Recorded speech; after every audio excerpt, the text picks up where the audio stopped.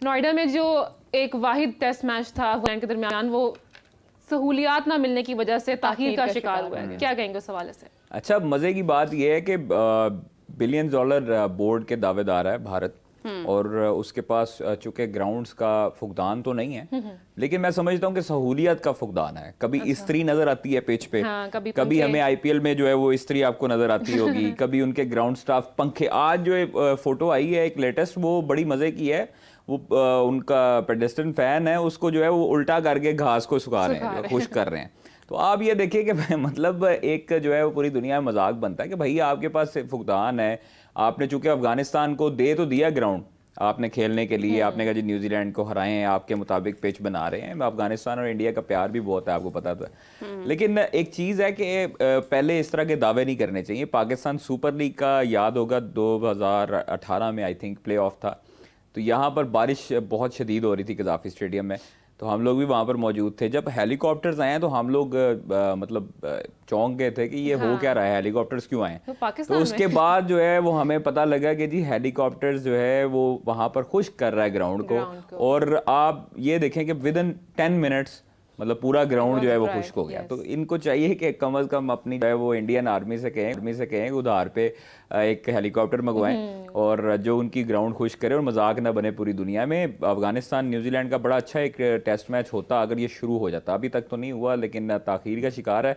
मैं समझता हूँ अफगानिस्तान के लिए अच्छा मौका है कि वो टेस्ट में अब, लेकिन अब पीछे दिन नहीं बचे, अब इनके पास 3 दिन आई थिंक बचे हैं, जो कि मेरा नहीं ख्याल अगर गेम शुरू होती भी है तो वो किसी रिजल्ट की तरफ जाती है। अगर आउट क्लास बॉलिंग करता है, स्पिनर्स उनके पास अच्छे हैं, अगर आउट क्लास उनकी बॉलिंग होती है अफगानिस्तान की, तो फिर मैं समझता हूं कि न्यूजीलैंड को वो काबू में कर सकते हैं। लेकिन उसके लिए भी दिल गुर्दा चाहिए कि आपने फौरी खेलना है, फिर उसके बाद डिक्लेयर करना है, फिर आपने उनको टारगेट देना है, तो ये आसान नहीं है। लेकिन इंडिया के लिए खासतौर पर सोशल मीडिया में मैं देख रहा था बड़ा मजाक बन रहा है इस चीज़ का, और भारतीय जो बोर्ड है, जो जे शाह साहब हैं, उनका काफ़ी मजाक उड़ाया जा रहा है कि भाई ये पंखा तो कोई अच्छी नस्ल का ले लेना था, पंखा भी पुराने पंखे रखे हुए थे जिससे वो खुश कर रहे हैं ग्राउंड को। केन विलियमसन इस वक्त नंबर 2 पर हैं और उनके 800 से ऊपर कुछ रन्स हैं। अगर हम न्यूजीलैंड की बात करते हैं, न्यूजीलैंड का नाम भी टेस्ट की रैंकिंग के अंदर जो है वो खासा ऊपर है। अफगानिस्तान को टफ टाइम दे सकता है न्यूजीलैंड। देखें मीरब, हमें हमेशा से ही ना दूसरे प्लेयर्स की तारीफ करते हैं हम लोग नजर आए हैं। हम अनफॉर्चुनेटली ये ऐसा ही रहा है, क्या करें अब, जहां पर नाम बहुत बड़े हैं। मतलब आप ये देखें कि अभी चैंपियंस कप स्टार्ट नहीं हुआ तो उसकी हाइप ये बन गई है कि लोग फैसलाबाद के इतने क्रेजी हैं कि वहां पर जो है वो झलक देखने को बेताब हैं, लोग जाते हैं। ये टेस्ट मैचेस जो है वो बड़ी खूबसूरत एक क्रिकेट का हुस्न है कि मतलब क्रिकेट की एक चीज़ है कि जिसमें 5 दिन का खेल जरूर होता है लेकिन उसको लोग एंजॉय करते हैं। आपने इंग्लैंड श्रीलंका का मैच देखा, निशंका ने जब वो सेंचुरी की है तो क्राउड ज्यादातर तो वो इंग्लैंड का था। जो गोरे थे, लोकल गोरे जो थे, वो उसको अप्रिशिएट कर रहे थे। हम लोगों ने वहां पर कवर किया ऑस्ट्रेलिया में, जब बॉक्सिंग डे टेस्ट था तो ऑस्ट्रेलिया की आवाम जो है वो अच्छी दाद दे रही थी आमिर जमाल को भी, उनको अच्छी बैटिंग करने पर अप्रिशिएट करती है। तो ये चीज़ें देखें, केन विलियमसन नो डाउट दुनिया का बेहतरीन क्रिकेटर में उनका शुमार होता है। बाबर आजम भी उनको जो है वो फॉलो करते हैं, उनकी बैटिंग टेक्निक्स को। नो डाउट न्यूजीलैंड भी बड़ी टीम है, लेकिन एक प्रेशर होता है आपकी जो होम एडवांटेज का। मतलब अफगानिस्तान का सेकंड होम इंडिया है, ये सबको पता है कि वो वहाँ से उनके स्पॉन्सर्स हैं और वहाँ पर उनकी ग्राउंड उनको दी गई है। तो वहाँ पर उनको ये एडवांटेज जरूर है कि वहाँ पर वो IPL भी खेल चुके हैं अफगानी, तो वहाँ पर उनको स्पिनर्स भी उनके जो है वो डोमिनेट कर सकते हैं। न्यूजीलैंड वाले हमेशा जो गोरी टीमें होंगी वो स्पिनर्स के आगे घबराती हैं।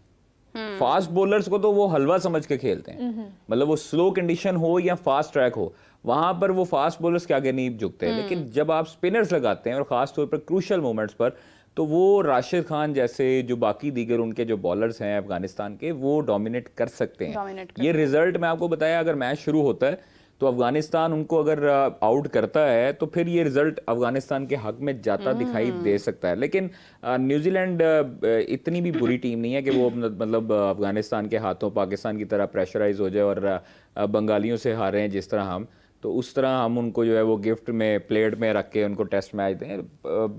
हमें अपनी टेस्ट क्रिकेट को देखना चाहिए दूसरी टीमों के साथ कंपेयर करके कि भाई वो लोग किधर खड़े हैं और हम लोगों का डिक्लाइन है। हम लोग दिन ब दिन जो है वो वापसी की तरफ जा रहे हैं। हमारी टेस्ट क्रिकेट का अरूज था मिसबाहुल हक के दौर में, जब हम सीरीज भी जीते, फिर हम नंबर 1 भी हुए वहाँ पर जो है, फिर आईसीसी के लोग भी यहाँ पर अवार्ड लेकर आए जो उनका टेस्ट का है। तो ये चीजें हमें देखनी चाहिए। शायद आपने बात की कि हम दूसरे प्लेयर्स की तारीफ करते हैं, लाइक जो परफॉर्म करेगा, जो नजर आएगा, फिर लोग उसी को ही अप्रिशिएट करेंगे ना। यही तो मेरा देखिए, मेरा यही कहने का मतलब है कि अगर आपने दूसरे प्लेयरों को देखना है, उनकी परफॉर्मेंस देख रहे हैं ना, आपके प्लेयर्स की परफॉर्मेंस नहीं है। बाबर देखिए, हमारी मतलब क्या बाबर देखें, आज जो है वो चैंपियंस कप का एक प्रैक्टिस मैच है, उसमें भी स्पिनर के हाथों लेफ्ट आर्म स्पिनर था। और ये पहले भी हुआ है, ये बांग्लादेश से पहले वाली ट्रेनिंग में भी यही हुआ था। उस पे भी आउट हुए, 20 गेंदों पर 20 बनाए।